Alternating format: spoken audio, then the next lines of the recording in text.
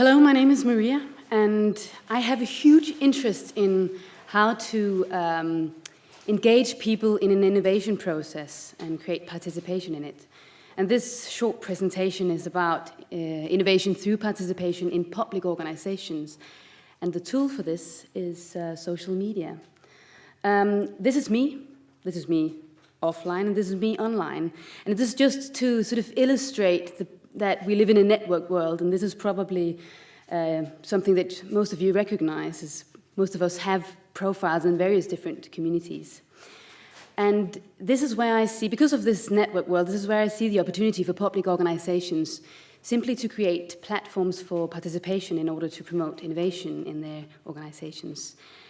And why do I say this? Why do I have this, why do I think this? Well, I think that creating platforms for participation online and offline is a way to connect with citizens, and it's an opportunity to create relevant services and maybe even co-create services and maybe connect citizens to citizens and maybe save some money in the end.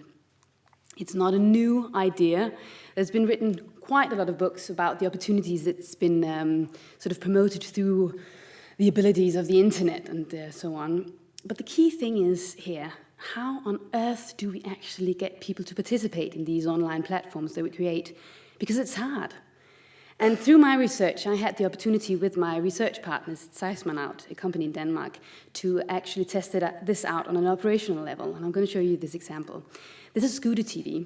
It's an online platform for teenage boys, 15, 16, 17 years old, and to share their interest about their passion in scooters.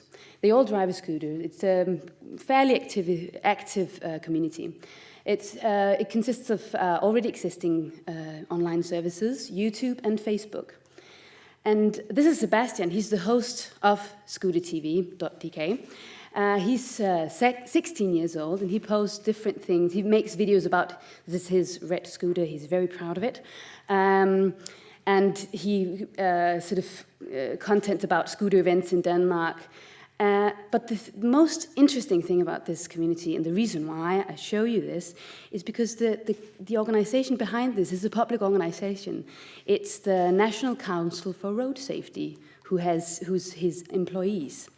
And Sebastian also posts content about road safety for scooter boys. And the reason why the National Council for Road Safety wanted it to make this is because they've had quite a hard time getting the attention from these guys. They used to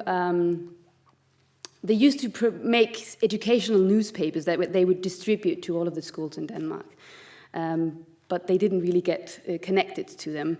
But now through Scooter TV, they have actually managed to. It's the first time that they're actually in connection with their target segment in the way that they are. And the reason I tell you this example is because I think it can be used as a model for quite a lot of other public organizations. I'm just going to go through a couple of guidelines for you to see how you actually do this. The most important thing is that you have an approach of empathy for this target segment and respect and acknowledgement for their interests or passions or whatever. So obviously you need to define the niche. You need to know exactly who you want to be connected to. And then you need to make thorough research.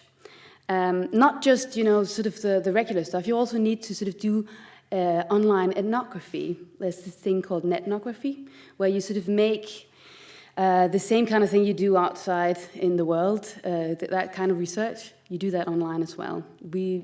I did that to get connected to the scooter boys. Because if you do that, you will also find out where they are online, and that's where the public organization should be as well. And then it's very important that the organization has employees who are there personally and who are frequent and active at the communities or the platform. And why is it important? Well, it's important because when we use social media, we need to be social as well. And and then combine offline with online activities, and most of all, prioritize it in the organization. It's not just magic using social media, it's hard work to create these relations. Thank you very much.